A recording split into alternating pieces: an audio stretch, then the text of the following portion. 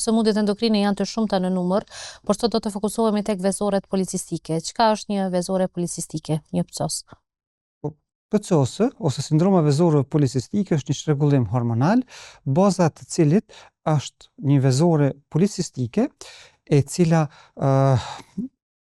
vërtetohet, detektohet me eko të vezorëve, po sipas kritereve të këtyre viteve të fundit, jo domosdo është kriter që të ketë cista të shumta në vezore, madje ka kritere të këtyre viteve të fundit që një prodhim i shtuar i hormoneve seksuale mashkullore ose androgjeneve, që ne i themi si hiperandrogenizëm, qoftë klinik kur pacientët kanë manifestime ose vetëm biokimik, kur masim analizat në gjak, ato hormone dalin në nivelet larta. Përveç këtij hiperandrogenizmit klinik ose biokimik, kemi edhe çrregullimet e ciklit menstrual, që mund të jenë qofshin të tipit të oligomenores, do ciklet menstrual janë të rralla, distanca midis cikleve shkon përtej 35 ditëve, ose kemi amenore kur ciklet ndonë për një farë periudhe kohore janë vendosur, mungojnë për 6 muaj ose më tepër. Po ashtu edhe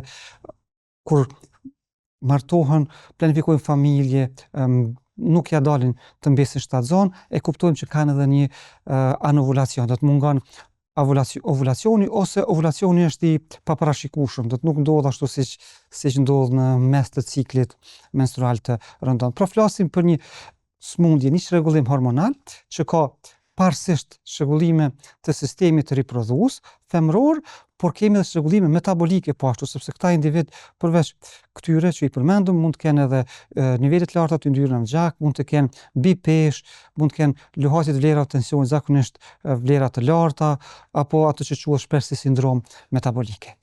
Përveç çrregullimit në cikël që e përmende, a ka ndonjë simptom tjetër që e shkakton një vezore policistike? Për shkak të këtyre niveleve të larta të hormoneve seksuale mashkullore ose hiperandrogenizmit, kemi edhe hirzutizëm ose shfaqjen e çimeve të tipit mashkullor rëndom në fytyrë, po mund shfaqet në pjesë të tjera të trupit.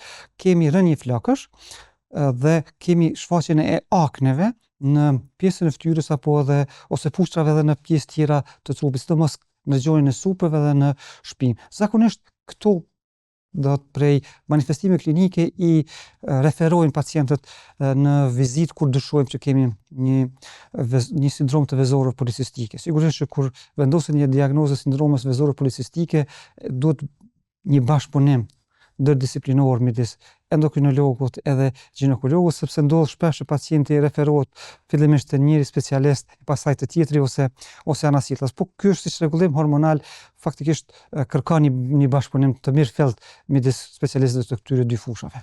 Ose edhe udhëzohen për te dermatologu? Në fakt ndodh shpesh që pacientët për shkak se mbizotrojnë këto çime të tipit mashkullor ose aknet, ata vetë orientohen tek dermatologu.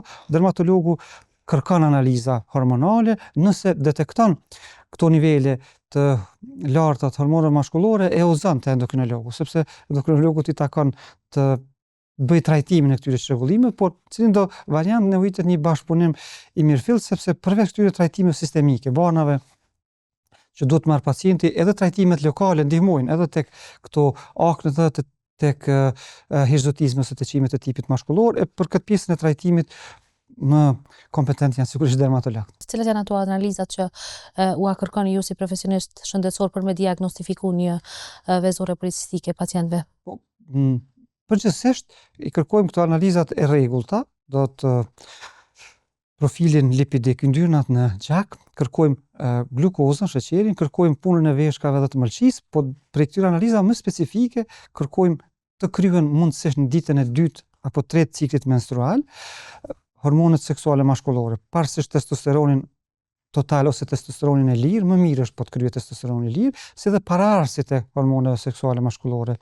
Dihidroepiandrostenedionin, DHEA-sën dhe kemi androstenedionin. Këto nga hormonet mashkullore, po kërkojmë shpesh edhe mesin e analiza hormonale edhe kryerjen e hormoneve femërore, estradiolit dhe progesteronit dhe hormoneve në nivel të hipofizës, sepse vezorët janë gjendër që janë nën kontrollën e disa hormoneve që prodhohen në nivel të hipofizës.